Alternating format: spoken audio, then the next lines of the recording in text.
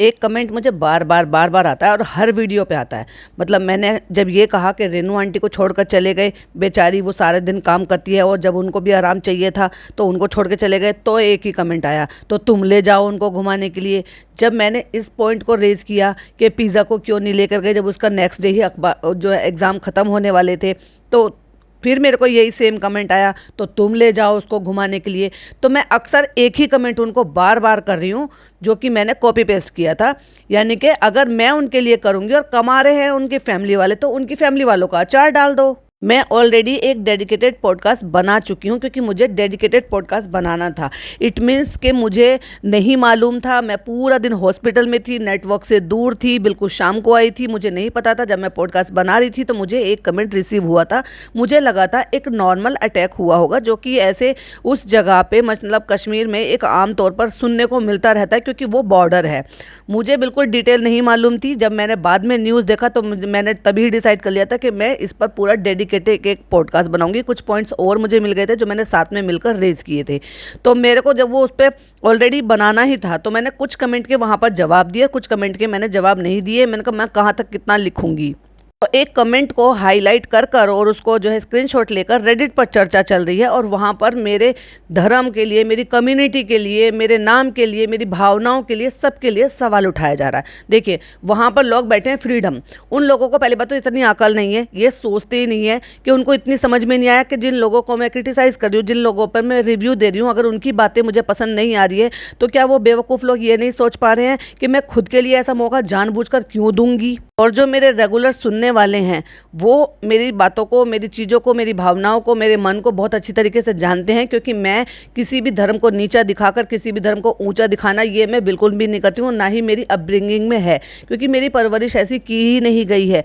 और हमेशा मैं गर्व से कहती हूँ कि मैं सबसे पहले मैं एक हिंदुस्तानी हूँ, उसके बाद सारी बातें आती हैं। तो वो जो कमेंट था वहाँ पर मैंने उनसे यही कहा था कि हाँ बिल्कुल मुझे इस चीज़ का दुख है, लेकिन अगर सारी फिक्र मैं ही करूँगी तो उनके घर वालों का अचार डाल दो। एग्जैक्टली वो वही कॉपी पेस्ट था जो मैं इब्राहिम्स के लिए करती रहती हूँ। जो उनके जो अंध भक्त हैं मुझे बार बार हर चीज़ के लिए यही बोलते हैं, तुम कर लो, तुम सेवा कर लो, तुम ध्यान रख लो, तुम मकान बनाने के लिए बेटी खाला के लिए पैसे दे दो, तुम पिज़्ज़ा को कश्मीर ले जाओ, तुम पेनू आंटी को कश्मीर ले जाओ, तुम उनके पापा को अपने घर ला कर रख लो, तुम उनकी देखभाल कर लो। मेरी हर बात पे एक ही सवाल करते हैं। तो मैंने एक तकिया कलाम बना दिया कि ठीक है, ये सब कुछ मैं कर लूँगी, जिनकी वजह से वो पैसा कमा रहे हैं उन फैमिली का तुम अचार डाल दो। तो वही मैंने कमेंट किया कि उनकी माँ और बहन, जिन्होंने बिल्कुल एक बार भी अपील नहीं की, और मुझे ये भी नहीं पता था कि ये जो अटैक था ये किस तरह का था, लेकिन वो जो मैंने पहले ही बोल दिया कि मैंने बाद में वो क्लियर किया कि वो वाकई में इस तरह का नहीं था, वो बहुत ही ज़्यादा दुखदायक था। और उसके ऊपर मैंने एक डेडिकेटेड पॉडकास्ट बनाया है। लेकिन लोगों का क्या है, उनको आदत है करने की। मुझे मेरी तरफ से कुछ चीज़ें क्लियर करनी थी कि मैंने वो कमेंट किस वे में किया था। उसके आगे मैं और इससे ज़्यादा सफाई नहीं दूंगी। मुझे बोलना था, मेरी उन सब्सक्राइबर के लिए एक सब्सक्राइबर थी जिन्होंने मेरी बात को समझा और उन्होंने वापस से उसके नीचे कमेंट किया कि हाँ मुझे इस चीज़ से हर्ट हुआ कि आपने कम से कम एक दुख जताना चाहिए था, आपको एक कम्युनिटी पोस्ट करनी चाहिए थी। मुझे बिल्कुल अच्छा लगा उनका कमेंट पढ़कर, और फिर मैंने उनसे वहाँ पर अपॉलॉजी की। तो उन्होंने उस बात को समझा और ये कहा कि नहीं आप ऐसे मत करो, हम आपको समझते हैं।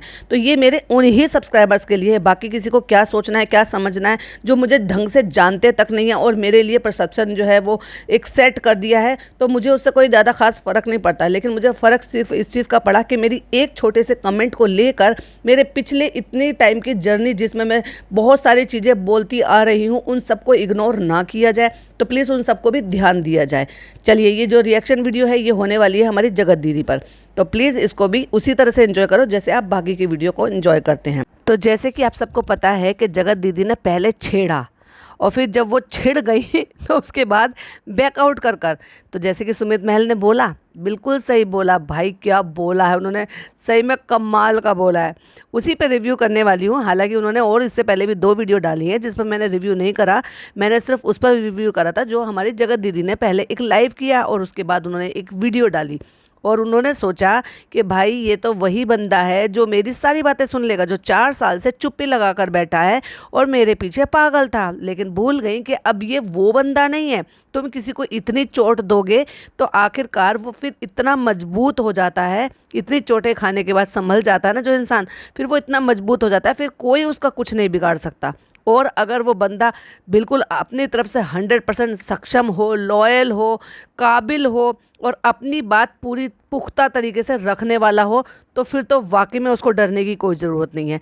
क्या है पूरा मैटर, चलिए इस पर रोशनी डालते हैं। Hi friends, welcome back to my channel. Channel में न्यू है तो चैनल को सब्सक्राइब कर लें और साथ ही साथ बेल आइकन प्रेस कर दें, जिससे कि हमारे आने वाली वीडियो की नोटिफिकेशंस आपको पहले ही मिल जाए। तो जिनको नहीं पता उनके लिए थोड़ा सा मैं ब्रीफ दे देती हूँ। जगत दीदी हैं जो अपने आप को आयरन लेडी कहलाती हैं, एक विडो लेडी हैं जिसकी 7-8 साल की बच्ची, अब 8 साल की हो गई है वो, क्योंकि उसका भी रिसेंटली बर्थडे गया है। तो उन्होंने अपने हस्बैंड को कोविड के टाइम पर खो दिया था और उसके बाद फिर भाई वो टिकटॉकर थी, अपने हस्बैंड के साथ जो है डांस वगैरह करके टिकटॉक पे वीडियो बनाती थी, सर कवर करके, ऐसे जैसे एक अच्छे खानदान की लेडीज होती हैं उस तरह से पूरा। लेकिन शौक है भाई, चलो सबको अपने शौक चल रहे थे, कोविड का टाइम चल रहा था तो उनके हस्बैंड जो है उनको सपोर्ट करते थे और दोनों जो है हस्बैंड वाइफ अपने डांस की वीडियो बनाते थे, जो कि एक तरीके से फिर वो वायरल हो गई।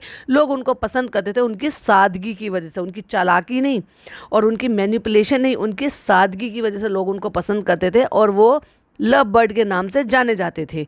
उसके बाद फिर 2020 आया। 2020 में हमें जो है कोविड का इतना बड़ा सब दुख और ये सब कुछ झेलने को मिला, ना जाने कितने लोग अपने अपनों से बिछड़ गए।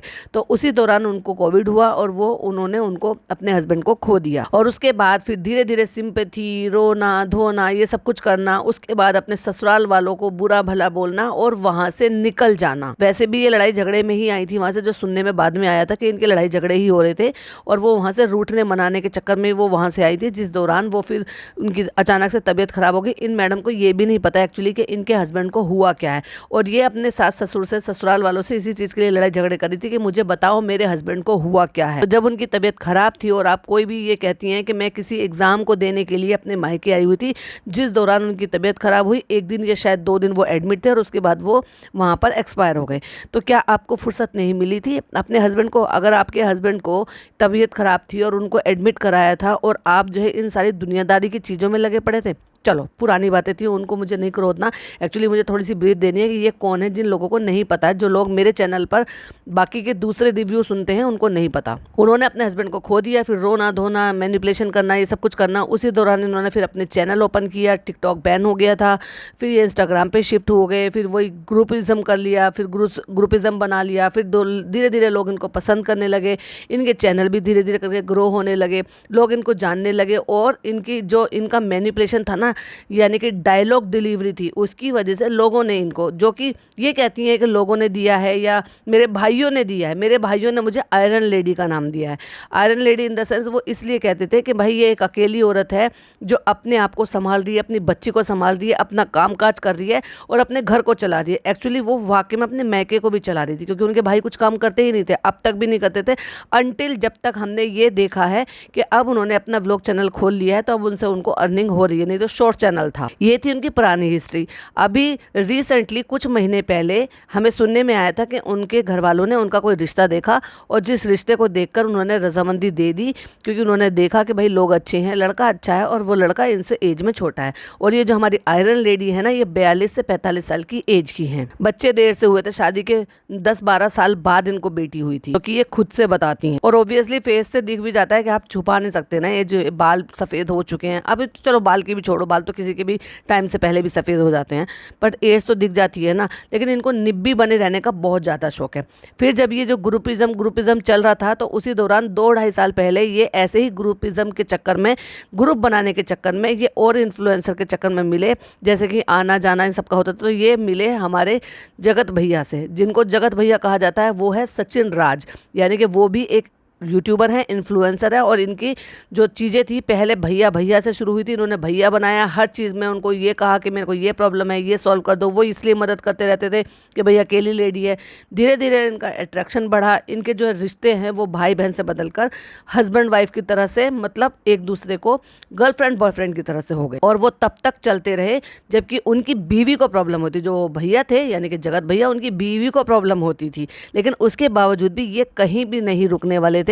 और वो उससे ये कहते थे कि तुम जो है मेरी बात कराओ, मेरी बात कराओ। अगर वो गुस्से नखरे में एक दूसरे से नखरा, जैसे अब लवर्स थे तो गुस्सा नखरा भी हो जाता था, तो वो उनकी ही बीवी को कहती थी मेरी बात कराओ, वीडियो कॉल ले जाकर वहाँ पे बात करो, रोना नहीं रोना नहीं। बीच में एक दफ़ा बात भी खुली, जब बात खुली थी तो उन्होंने अपनी किसी सहेली से ये बात शेयर किया किसी ग्रुप में जाकर के। ऐसे जितने भी इन्फ्लुएंसर हैं इनका सबका बड़ा लंबा चौड़ा सा ग्रुप था, उसमें बहुत सारे लोग थे। अब मैं किस किस का नाम लूँगी, उसमें नीतू मैना थे, मीशू रोशन थे, उसमें जो है आयुष सक्सेना थे, उसमें ये मिस्टर और मिसेज राज थे, सरिता जेठू हैं, और भी कई सारे ऐसे इन्फ्लुएंसर हैं जिनका बड़ा सा ग्रुप था। तो ये आना जाना एक दूसरे के यहाँ करते थे, शादी ब्याह में खूब धमाल चौकड़ी किया करते थे।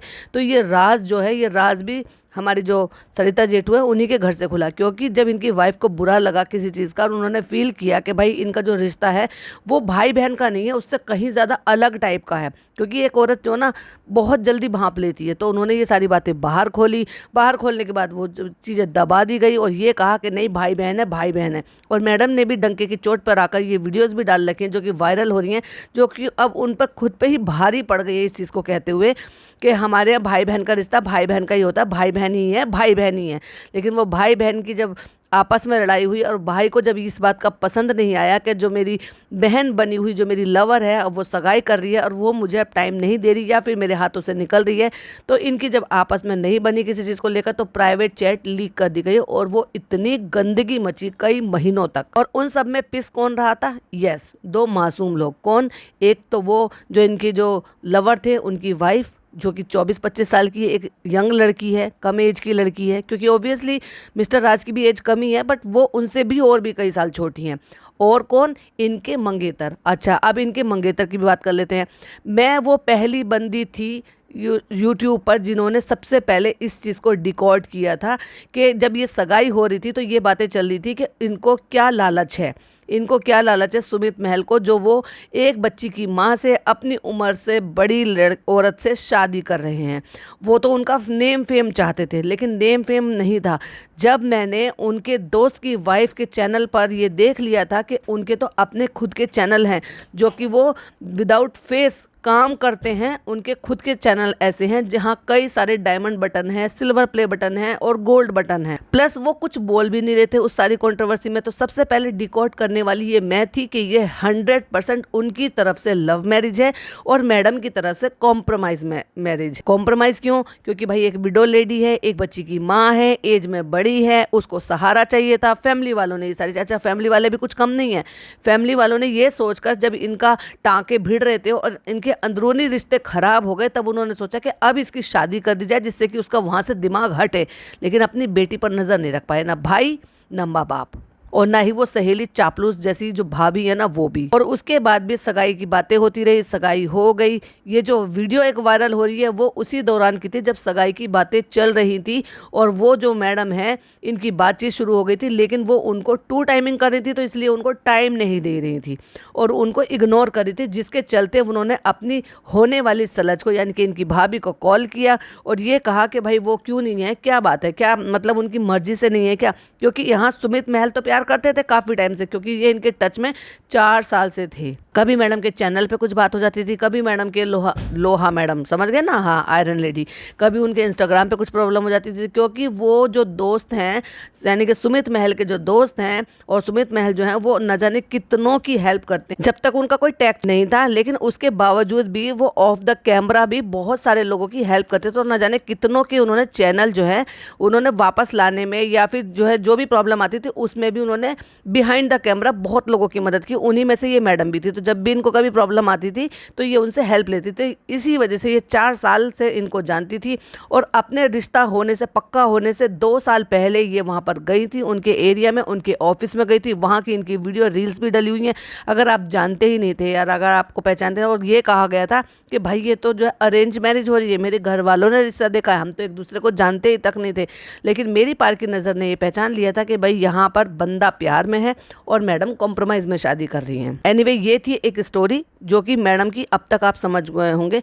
अब उसके बाद क्या हुआ कि इनकी सगाई टूट गई। सगाई टूटने पे चिच्चा लेदर हो गई, क्योंकि इनके जो लवर थे उन्होंने इनकी इतनी बेइज्जती की है, इतनी चिच्चा लेदर की है, इतनी इज्जत उतारी है। उस दौरान मैडम चुप्पी लगाकर बैठी रहीं और जब उन्होंने देखा कि मैं तो चुप हूँ और उन्होंने सारी भड़ास भी निकाल ली, प्लस डॉलर भी कमा लिए मेरे नाम से, रिएक्शन चैनल वालों ने भी कमा लिए और ये सारे मामला धीरे धीरे कर कर कुछ महीनों से 1-2 महीनों से थोड़ा सा शांत था, लेकिन अब फिर से लगभग 1 महीने से फिर से धीरे धीरे करके चीज़ें उठी हैं, वो वीडियो वायरल हुई हैं। अब किसने कौन किसको क्या वीडियो प्रूफ प्रोवाइड करा रहा है, इंस्टाग्राम पे जाके आईडी बनाकर, नकली आईडी बनाकर क्या प्रूफ दे रहे हैं मुझे नहीं पता, लेकिन कुछ रिएक्शन चैनल वाले हैं जिन्होंने ये वापस से मुद्दा उठाया है और 1 महीने से फिर से ये मामला जो है थोड़ा थोड़ा सा करके गरमाया, जिसमें वो वीडियो क्लिपिंग भी है, प्लस हमारे जो सुमित महल हैं उनकी और इनके जो आशिक थे यानी कि जगत भैया, जिनको जगत भैया कहा जाता था, क्योंकि ये कहती थी ना हमारे यहाँ भैया को भैया ही कहा जाता, तो वो जगत दीदी थे सबकी, क्योंकि सब दीदी कहते हैं। भाई दीदी क्यों कहते हो, 45 साल की औरत को आंटी कहो ना। एनीवे सबने दीदी बना दिया उनको, तो वो जगत दीदी हैं और वो जगत भैया हैं। तो जब इनकी आपस में नहीं बनी, उन्होंने इतना सब कुछ बखेड़ा कर दिया, तो मैडम तो अपनी इज्जत के लिए चुप लगा गई। क्यों? क्योंकि उन्होंने जब अपनी आंखों से पब्लिक ने ये देखी है कि किस तरह की चैट हो रही है, किस तरह की गंदी गाली गलोच किया जा रहा है, MC-BC बोला जा रहा है, उससे ही पोक करवा करवा के अपने घर वालों को भी बुरा भला कहलवाने के लिए कहा जा रहा है, मतलब बहुत सारी बातें, अनलिमिटेड बातें। तो उस दौरान इन्होंने लीगल एक्शन लेकर उसके हाथ पैर बंद करवा दिए और उसको इस बात के लिए बाउंडेड कर दिया कि अब तुम कोई भी चीज़ सोशल मीडिया पे पर्सनल अपलोड नहीं करोगे, और धीरे धीरे करके मामला शांत हो गया था। लेकिन अब ये कौन कर रहा है मुझे नहीं पता, लेकिन अब ये मैडम फिर से एक्टिव हुई हैं अपनी जो है थेरेपी लेकर, अपना ट्रीटमेंट लेकर, जो कि कह रही थी कि मैं डिप्रेशन में हूँ, टेंशन में हूँ, वो लेकर अब ये एक्टिव हो गई हैं और पूरे जोश शोश से अब ये सामने आई हैं और ये कह रही हैं कि सबने कमाया, और बहन भाई दोनों ही कह रहे हैं कि सबने कमाया है, अब हमारी बारी है, हमें भी EMI देनी है, हमने गाड़ी ली है। मतलब अब ये जो कहती थी ना इज्जत बेचकर हम नहीं कमाते हैं, अब ये इज्जत बेचकर कमाने पर उतर आई हैं, बता रही हैं और दिखा रही हैं और जता रही हैं। तो इन्होंने जो वीडियो डाली उसका मुंह तोड़ जवाब दिया सुमित महल ने, क्योंकि उन्होंने ये कहा कि मुझे बाबा मत समझो, क्योंकि अब मैंने बाल कटवा लिए हैं, अब मैं वो संत महात्मा आत्मा नहीं हूँ जो मैं तुम्हारी सारी बातें सुन लूंगा। जब जो मामला था वो कुछ और था, मेरी चुप्पी का कारण और कुछ नहीं था। आप अगर किसी को शिद्दत से प्यार करते हो तो आप उसको बाद में बदनाम नहीं करते हो, आप उसकी चिच्चा लेदर नहीं करते हो, आप उसकी बदनामी नहीं चाहते हो, भले ही उसने आपके साथ कितना भी गलत करा हो। अगर कोई आपके लिए 100% लॉयल है तो आपने भले ही उसके साथ कुछ भी किया हो, कितनी भी गंदी प्लानिंग प्लॉटिंग की हो, लेकिन वो आपको बदनाम नहीं करेगा अगर उसने वाकई सच्चे दिल से प्यार किया होगा, और उसने किया, डेफिनेटली उसने किया, और यही वजह थी कि वो चुप था। लेकिन अब जब ये बेशर्मी से खुलकर फिर से सामने आई हैं तब उन्होंने भी अपना पक्ष रखा है, क्योंकि उन्होंने भी थेरेपीज ली हैं, वो भी डिप्रेशन में थे, उन्होंने इवन अपना प्रिस्क्रिप्शन तक ये दिखाया था कि वो टेंशन में है, डिप्रेशन में है, वो अपनी थेरेपी ले रहा है, वो अपना ट्रीटमेंट करा रहा है। और यहाँ मैडम की भी एंजाइटी प्रॉब्लम ये सारी चीज़ें चली थी, लेकिन उसके बाद थेरेपी लेने के बाद भाई इतनी स्ट्रॉन्ग होकर सामने आई हैं कि अब अपनी इज्जत उतार कर सामने से आकर ललकारने पर उतर आई हैं। लेकिन वो भूल गई हैं कि अगर कोई प्यार में चुप रह सकता है, आपकी इज्जत के लिए चुप रह सकता है, तो वो क्या वो चुप ही रहेगा? मतलब वो कभी भी नहीं बोलेगा, तुम उसको बेस्ट स्टेप करते रहो और सामने वाला जो है कब तक चुप रहेगा? आपकी इज्जत की खातिर चुप था ना, लेकिन चुप्पी को कमजोरी समझने की गलती कर बैठी हूँ। उन्होंने सोचा कि मैं आऊंगी, वीडियो बनाऊंगी, लाइव करूंगी, ये सब कुछ करूंगी, और सुमित महल तो है ही मेरा पॉपट, वो मेरा कुछ नहीं बिगाड़ सकता और वो कुछ बोलेगा भी नहीं। लेकिन वो भूल गई थी कि थेरेपी लेने से जैसे तुम स्ट्रांग हुई हो ना, वैसे ही वो भी स्ट्रांग हुए हैं। तुम्हें तुम्हारी फैमिली का सपोर्ट मिला है, उन्हें भी उनकी फैमिली का सपोर्ट मिला है, उनके दोस्तों का सपोर्ट मिला है, प्लस उनकी कुछ ऑडियंस ऐसी है जो डे 1 से ये कह रही थी कि ये बंदा लॉयल है, वो अगर कुछ नहीं बोल रहा है तो डेफिनेटली कुछ तो रीज़न है जिसकी वजह से वो नहीं बोल रहा है। तो वो जो लोगों का विश्वास था ना, वो आज अपने विश्वास पर बिल्कुल खरे उतरे हैं जब उन्होंने ये वीडियो डाली है। तो जब वो लोहा मैडम ने जब वीडियो बनाई और इन्होंने जवाब दिया, तो फिर भीगी बिल्ली की तरह से चुपचाप बैठ गई और अगली वीडियो डालकर कहती हैं, कल सुबह जो उनकी वीडियो आई थी उसमें कहती हैं, मैंने तो आपका नाम लिया ही नहीं, मैंने तो आपको कहा ही नहीं, मैं तो रिएक्शन चैनल वालों को कह रही थी, आप बीच में क्यों कूद कर आए, आप तो फैमिली मेंबर थे, आप तो अपने आपस में, हमारी तो बात होती है ना। ये सब कुछ कह के उन्होंने जो भी वीडियो डाली उसका सुमित महल ने क्या रिप्लाई दिया उस पर रिव्यू करूंगी अब मैं। हालांकि इससे पहले जो उन्होंने 2 वीडियो डाली, यानी कि इधर से वीडियो आई, फिर सुमित महल की वीडियो आई, फिर इधर से वीडियो आई, फिर सुमित महल की वीडियो आई, तो उन्होंने जो करारा जवाब दिया था ना, उससे जो है भीगी बिल्ली पीछे आई, तो शेरनी की तरह से दहाड़ के, लेकिन भीगी बिल्ली की तरह से एकदम से पीछे हट गई। लेकिन अब जो उन्होंने वीडियो जो यहाँ पे की है वो है एक रिकॉर्डिंग के लिए, जो रिकॉर्डिंग जो है वो कहाँ की गई थी, जगत भैया के डैश कैम से गाड़ी के अंदर, जो कि काट पीट कर छोटी सी एक वीडियो है, जो कि पूरी वीडियो ऑडियो नहीं है, वो भेजी गई है। अब किसने भेजी है, क्यों सर्कुलेट हो रही है फिर से वापस से इतने महीनों बाद, किस चीज के इल्जाम लगाए जा रहे हैं, उससे कुछ रिएक्शन चैनल वालों का दिमाग खराब हो गया है। मैं तो रियली यही कहूंगी दिमाग खराब हो गया है, क्योंकि लोगों को परखने की अकल नहीं है उनमें। उनमें अगर अकल होती तो वो शायद समझ जाते कि कौन सच्चा है और कौन झूठा है। उन लोगों पर ट्रस्ट कर रहे हो जो अपने खुद के सगे माँ बाप के सगे नहीं, जो रिश्ता बनाया भाई बहन का उसमें सगे नहीं, फिर जो गर्लफ्रेंड बॉयफ्रेंड का बनाया उसके सगे नहीं, जो मियाँ बीबी एक दूसरे के सगे नहीं। उन्होंने अपने मरे हुए हस्बैंड की इज्जत की परवाह नहीं की, अपनी बेटी की इज्जत की परवाह नहीं की, और इसने अपने से छोटी अपनी एज की जो वाइफ है मासूम सी है उसने उसकी परवाह नहीं की, माँ बाप की परवाह नहीं की। तो उन पर ट्रस्ट कर रहे हैं रिएक्शन चैनल वाले। इनकी खुद की बुद्धि क्या भ्रष्ट हो गई है, जो ले देकर कह सुन।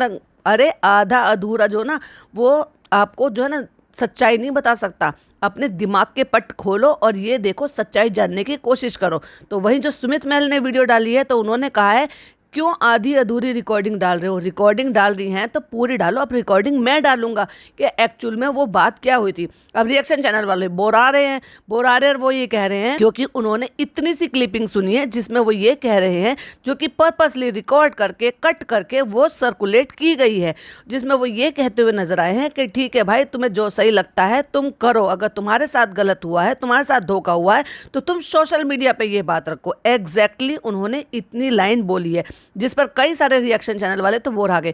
मतलब उनकी बुद्धि भ्रष्ट हो गई, वो सोच ही नहीं पा रहे कि अगर ये रिकॉर्डिंग है तो क्या वो इसने इतनी सी बात बोलने के लिए ये कॉल किया होगा, और जिसने भेजी है उसकी खुद की वॉइस कहाँ है उसमें। सिर्फ उसने पर्पसली उतनी रिकॉर्डिंग भेजी है जितनी उसको दूसरे को सुनानी थी। तो वीडियो का टाइटल था सुमित जी की आधी रिकॉर्डिंग का पूरा सच।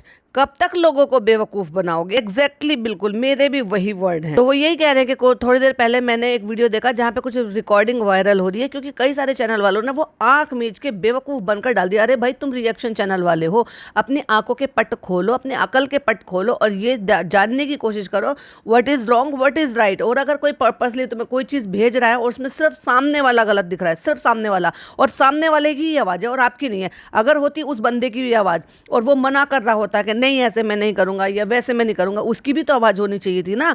लेकिन नहीं, एक बंदे की एक लाइन सुन ली और बस सारे के सारे पगला गए। उसी का वो सच बता रहे हैं वहां पर बैठकर। तो उन्होंने जवाब दिया है कि आप लोग कह रहे हो, यानी कि बहुत सारे लोग इस चीज को कह रहे हैं कि 3 महीने पुरानी बात का क्या मतलब है। तो सुमित महल का सवाल यही है कि आप लोग 3 महीने पुरानी बातों को अब क्यों कुरेद कर लेकर आ रहे हो, अब इसका क्या मतलब है। बिल्कुल वैलिड सवाल है उनको। और दूसरी बात, एक वीडियो वायरल हुई और एक ऑडियो वायरल हुई, जिसमें दोनों में ही गलती किसकी आ रही है, कसूरवार कौन बन रहा है। यस, कौन बन रहा है। यस, जो आप सुन रहे हो सुमित महल जी। क्यों, वो गिड़गिड़ा रहे हैं वहां पर, वो बात करने के लिए कह रहे हैं, और मतलब उसमें ये दिखाई दे रहा है कि वो बात करने के लिए उत्साहित हो रहे हैं कि मुझसे बात करो, मुझसे बात करो। कोई अपने लिए ऐसे वायरल क्यों करवाएगा अपनी ऐसी चीज़ें, अपनी बेइज्जती कराने के लिए। दूसरी जो ऑडियो रिकॉर्डिंग वायरल हो रही है उसमें ये हो रहा है कि ये बंदे उनसे कह रहे हैं जगत जीजा से, जो कि जगत जीजा की गाड़ी के डैश कैम से रिकॉर्ड हुआ है पर्पसली, वो इतनी क्लिपिंग कि तुम सोशल मीडिया पर वायरल कर दो। तो कोई अपने आप को बदनाम करने के लिए वो क्यों सर्कुलेट करेगा। ऑब्वियसली वो उन्होंने ये नहीं की है। अब तो समझ जाओ फिर ये किसने की हैं और क्यों की होंगी। तो वहीं वो बड़े गुस्से में और एकदम से तर्रारे में, भाई मुझे बड़ा अच्छा लगा देखकर कि कुछ लोग बड़े शेर बनकर आए थे और बिल्ली बनकर वापस चले गए। एग्जैक्टली आयरन लेडी के लिए, अगर आयरन लेडी हो तो आयरन लेडी बनकर सामने आओ, भीगी बिल्ली मत बनो, अपनी पीआर को सामने मत लाओ। खुद तो सुमड़ी में बैठ गए वहां पे ये कह के, अगली वीडियो में ये कह के चली गई नहीं आपका तो कोई जिक्र था ही नहीं, मैंने तो आपको कुछ कहा ही नहीं था, आप क्यों बीच में कूदे, और आपको कुछ बात करनी थी तो हमारी तो बात होती है। यहाँ पर भी पोल पट्टी खोलकर चली गई कि इतने के बाद भी हमारी आज भी बातें होती हैं। वही वो ये भी कहते हुए नजर आए कि ना मैं कहूंगा ना मैं कभी कभी मैंने कहा है कि मेरा सपोर्ट करो। अपने दिमाग के ताले खोलो और चीजों को समझो और उसके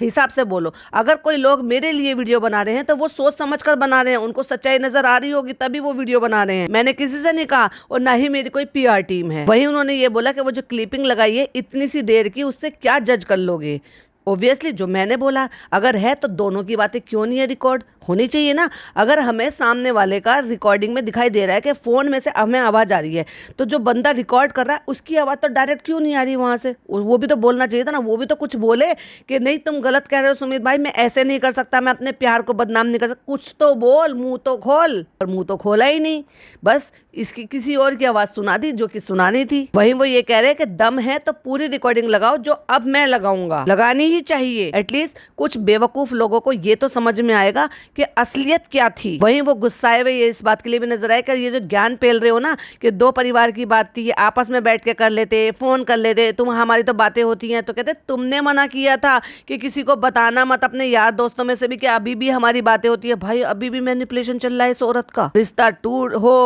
टूट गया 4 साल से उसे बेवकूफ बना के उसको इल्झा के रख रखा था। 2 टाइमिंग कर रही थी 2-2.5 साल से। वहीं वो ये कह रहे हैं कि मैंने हर किसी से पूछा था कि ये मामला क्या चल रहा है। जब मेरी नजरों में आया, मेरे कानों में ये मैटर सारा पड़ा था, तो मैंने सबसे पूछा था, सब चुप्पी लगाकर बैठे थे और मुझे किसी ने नहीं बताया। वहीं वो ये पोल पट्टी खोलते हुए नजर आए कि एंगेजमेंट के बाद करवा चौथ आया था, उसके बावजूद भी जब सगाई हो गई थी तो एटलीस्ट आप बंधन में बंध जाते हो, और उसके बाद भी आपने करवा चौथ पे एक स्टोरी डाली थी और ये कहा था कि मेरे नसीब में नहीं था, मोहब्बत तो मेरी सच्ची थी लेकिन मेरी किस्मत सही नहीं थी। तो मैंने वो स्टेटस देखकर पूछा कि ये क्या था, इसका क्या मतलब था, तो मुझे ये कह के चुप करा दिया गया, यानी कि पुरानी बात, यानी कि जिसके नाम से आज भी ढिंडोरा पीटती रहती है, यानी कि अपने एक्स हस्बैंड के लिए, यानी कि जो गुजर चुके हैं। तो मैं चुप लगा गया। अब मरे हुए इंसान के लिए कह रही है, याद कर रही है, तो क्या ही। हालांकि जब तुम अपनी जिंदगी में आगे बढ़ चुकी हो और इतना आगे बढ़ गई है, इतना आगे बढ़ गई है कि इस बार अपनी बेटी के बर्थडे पर कटआउट भी नहीं लगाया, एक मतलब उसके बाप की एक सिंगल पिक्चर भी नहीं थी। जब माँ के साथ पिक्चर लगाई जा सकती थी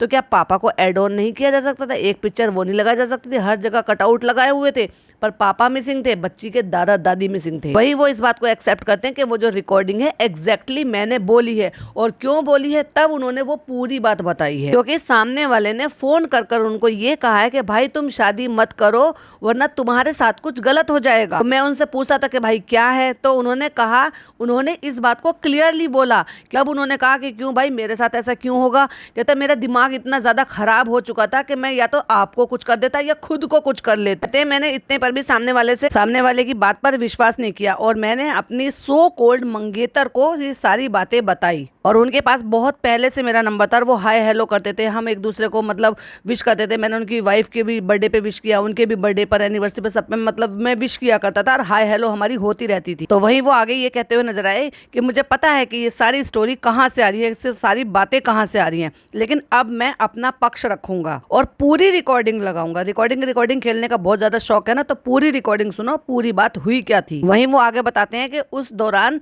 जब वो रोते हुए उनका फोन मेरे पास आया था गाड़ी में बैठे हुए, तब उस टाइम उनकी वाइफ लाइव कर रही थी और लोग लाइव में पूछ रहे थे कि कहाँ है भैया, तो वो कहते कि किसी से बात कर रहे हैं, बाहर हैं। तब वो गाड़ी में बैठकर मुझसे बातें कर रहे थे और यही वो ये सारी चीजें बता रहे हैं कि जब मुझे ये सारी बातें पता चली तो मैं डायरेक्ट नहीं बताता, लेकिन मैं भी अपने तौर पर, अपने जायजे पर लेना चाहता था कि ये सामने वाला झूठ तो नहीं बोल रहा, सच तो नहीं बोल रहा, उसमें कितनी सच्चाई है कितनी नहीं है। और वहीं जब जगत भैया ने ये सारी बातें उनको बताई तो उन्होंने वो सारी चीजें अपनी मंगेतर से पूछी, तो उन्होंने कहा नहीं ऐसा कुछ नहीं है और कोई प्रूफ भी नहीं दिया, और ये कहा कि नहीं हमारा तो बहुत पाक साफ था, हमारा तो भैया था, वो मेरा बच्चा था। ओह माय गॉड, 40-45 साल की औरत और ये कह रही है कि अपने ही आशिक को, जिसको पहले भैया बनाया फिर उसको सैया बनाया और फिर अपने ही मंगेतर से ये कहती हैं कि हमारा तो बहुत ज्यादा पाक साफ रिश्ता है, वो मेरा भैया है, वो मेरा जो है बच्चा है। जब इश्क लड़ा रही थी, जब उसके साथ रिश्ता रख रही थी, जब अपनी सगाई के बाद भी 2 टाइमिंग कर रही थी, तब शर्म नहीं आ रही, तब समझ में नहीं आया था ये रिश्ता। और वहीं वो आगे बताते हैं कि जगत भैया का रोते रोते उनके पास फोन आया था और उन्होंने उनको ये सारी बातें बताई थी, मेरे साथ फ्रॉड हुआ है, पैसों का लेन देन हुआ है। और वहीं वो ये भी बताते कि आप लोगों को पता है कि चांदी के सोने के गिफ्ट लिए दिए जाते थे, कोई ऐसे किसी को चांदी सोने के गिफ्ट लिए दिए जाएंगे बिना वजह की भी? देखा तो था हमने कि जैसे ही वो रक्षाबंधन पे हाथ में वो कलावा, राखी, वटेवर जो भी कुछ बोलोगे, अब राखी तो खैर क्या ही कहेंगे, जब इनका सैया का रिश्ता था, भैया का था ही नहीं, और तुरंत पैर आगे कर दिए और फटाक से उन्होंने निकालकर चांदी की पायल भी पहना दी। पहनाने का सिस्टम नहीं होता है भाई, भाई सिर्फ गिफ्ट देते हैं, पहनाते तो लवर्स ही हैं इन रोमांटिक मूड। जब उन्होंने मुझे ये कहा कि भाई मुझे लूटा गया है या मुझे जो है इस तरह से मेरे साथ फ्रॉड हुआ है, लेन देन हुआ है पैसों का, इन सब चीजों का, अब उन्होंने कहा है कि भाई तुम जाओ जाकर बात करो, तो कहते हैं कि मुझे जो है ब्लॉक कर रखा है। तो वही उन्होंने उनसे ये भी कहा, उसी रिकॉर्डिंग की बात है ये, कि तुम जाओ, वैसे तो तुम तुम हर चौथे दिन वहां पर पहुंच जाते हो, तो वैसे तो चौथे दिन वहीं डले रहते हो, अब क्यों नहीं जा रहे भाई? तो कि भाई मैं नहीं जा सकता, मैं नहीं जा सकता। तो फिर तुम एक काम करो, सोशल मीडिया पे डालो, क्योंकि अगर किसी के साथ कोई भी फ्रॉड होता है या कोई भी ऐसी घटना हो जाती है, और जब तुम लोग इन्फ्लुएंसर हो, हर बात बात में वीडियो बनाते हो, तो भाई वीडियो बनाओ। जब तक उसने यही कहा कि मेरे साथ लूट पाट, या फिर ये कह लो कि मेरे साथ धोखाधड़ी, या फिर पैसों का लेन देन, या फिर सोने चांदी की चीजों की लेन देन के साथ फ्रॉडगिरी हुई है, तो कोई भी होगा और किसी को अपना समझ के ये सारी बातें बताएगा। पूरी बात क्यों नहीं बताई, क्यों कट कर रिकॉर्डिंग डाली गई? और वहीं वो ये भी बताते हैं कि एक तरफ से तो इनकी तरफ से मुझे बात सुनने को मिल गई, उसी दौरान जेसिका भी अपनी वीडियो बना रही थी कि उनके साथ क्या क्या बीता, क्या क्या हुआ, वहां पर भी फाइनेंशियली जो है मैटर था। तो मेरे पास दो प्रूफ हो गए, दो लोग हो गए कि भाई ये भी बता रहा है, वो भी बता रहा है। और उसके बाद फिर वो जगत भैया ने वो प्रेग्नेंट लेडी वाला भी किस्सा बताया था कि उसके साथ भी फ्रॉडगिरी करी थी, पैसे का लेन देन हुआ था। तो 3 बातों के सबूत आ गए। वहीं वो ये भी कहते हैं कि मैं तो आपसे भी कहता हूँ, आप जो आयरन लेडी बनी घूमती हो ना, तो पीआर को सामने मत लेकर आओ। अगर आपके साथ कुछ गलत हुआ है तो आप भी सामने आओ, और आप सामने आकर बोलो, अपने पीआर को आगे मत करो। वहीं वो आगे ये बताते हुए नजर आए कि आज मेरे पास 1 लाख से ज्यादा सब्सक्राइबर हैं, तब मेरी इज्जत की धज्जियां उड़ाई जा रही हैं, और तब तो मेरे पास सोशल मीडिया भी नहीं था कहने के लिए। अगर मैं शादी से पीछे हटता तब मेरी इज्जत के साथ ये लोग क्या करते, और मुझे सरासर गलत ठहरा दिया जाता। आज मैं कम से कम अपनी बात रख पा रहा हूँ, क्योंकि इन मैडम ने इनको मैनिपुलेट कर कर रखा हुआ था, जिसमें तो ये एक्सपर्ट हैं। और ये बेचारे प्यार के मारे, प्यार के चक्कर में सब कुछ करते चले गए, क्योंकि इंसान जो ना हर कुछ हार जाता है प्यार के सामने। और अगर किसी ने किसी से वाकई में दिल से मोहब्बत की हो, दिल से प्यार किया हो, तो उसकी अच्छाई बुराई कुछ भी हो जाए, फिर वो रिश्ते रहे ना रहे, लेकिन उसको बदनाम करने की कोशिश नहीं करता, जो कि इन्होंने किया, एक अच्छा इंसान होने का सबूत दिया। और वही वही इस बात को कहते हैं कि उस दौरान भी मेरी इतनी ज्यादा डिफेमिंग कराई जा रही थी। इवन आप भूल कैसे गए, अंकुश सक्सेना को इन्होंने ये भी बोला था कि उसके लिए भी वीडियो बनाओ, रोस्ट वीडियो बनाओ, मैं तुम्हें सबूत दूंगी। वहीं वो ये भी बताते कि जब मैंने पूछा तो मुझे ये बता दिया कि मेरा भाई है, मेरा बेटा है। तो ये सब हमने तो अपनी कभी देखा ही नहीं है कि भाई के साथ इस तरह से भी रिश्ते रखे जाते। तो मैंने उनकी बात पर यकीन किया। लोगों का क्या, लोग कुछ भी कह रहे हैं, लेकिन मेरी जो मंगेतर कह रही है वो डेफिनेटली जो होता है वही वो बता रही होगी। और उन्होंने फिर ब्लाइंडली ट्रस्ट किया। और मैं यहाँ यही कहूंगी कि जो चीज आज आप कर रहे हो, मैं आपको शुरुआत से ही बोल रही थी कि आप भी आओ, अपना पक्ष लेकर आओ। मेरी भी इनसे पर्सनल बात हुई थी, एक्चुअली मेरी अभी रिसेंटली भी बात हुई है मेरे चैनल के रिगार्डिंग, क्योंकि मेरे चैनल पे कुछ प्रॉब्लम हो गई थी, तो उसकी वजह से मेरा चैनल चला गया था। मैंने बताया था ना, मेरा व्लॉग चैनल जो है वो चला गया था। सो उसके चलते हुए मैंने इनसे कांटेक्ट किया था, सौरभ भैया से, और उन्होंने मुझे जो है कुछ हेल्प की थी। और उसकी वजह से उस दौरान तो फिर वो नहीं आ पाया था, लेकिन मैंने जैसे उन्होंने मुझे एक मैटर बनाकर दिया था, तो वो ये कह रहे थे कि आप इसको बार बार उनको फॉरवर्ड करते रहो, फिर वो चेक करेंगे। तो मैं एग्जैक्टली वैसे ही करती रही थी। और थैंक्स टू सौरभ भाई और ये सुमित महल जी, इसलिए नहीं, जस्ट बिकॉज क्योंकि मेरा उन्होंने हेल्प की थी। जब मेरी हेल्प भी नहीं की थी ना, मैं तब भी जब उनके लिए रिएक्शन बना रही थी, मैं तब भी उनको ये कहती, क्योंकि मैं पहली नज़र में ही समझ गई थी एक्चुअली मैटर क्या है। ये बेचारे प्यार के मारे थे, इसलिए ये चुपचाप शांति से बैठे थे, और इज्जतदार घर के थे इसलिए शांति से बैठे हुए थे। इसलिए मैं शुरुआत से कह रही थी। तो गलती तो भाई देखो आपने थोड़ी सी की है कि आपको जो अब आकर आप बोल रहे हो, तो वही वाली बात है ना, दूध का जला छाछ भी फूक फूक के पिता। ठीक है, आप एक्शन ले रहे हो, और आगे भी ऐसे ही डटे हुए रहना, क्योंकि अगर आप गलत नहीं हो तो आपको चुप रहने का कोई भी हक नहीं है। आपको पूरा डट कर खुलकर बोलने का पूरा अधिकार है। लेकिन आप अगर तब भी बोलते ना, तब भी दुनिया समझती, क्योंकि ऐसे नहीं है सारी दुनिया ही बेवकूफ नहीं है, बहुत सारे समझदार लोग ऐसे हैं जो वाकई में अपनी अकल से काम करते हैं। और चुप रहने का रीजन भी यही था कि जगत भैया ने बोला, उनकी बात मान ली, जगत दीदी ने जो बताया वो उनकी बात मान ली। तो वो अपना टाइम ले रहे थे कि एक्चुअली मैं यकीन करूं तो किस पर करूं।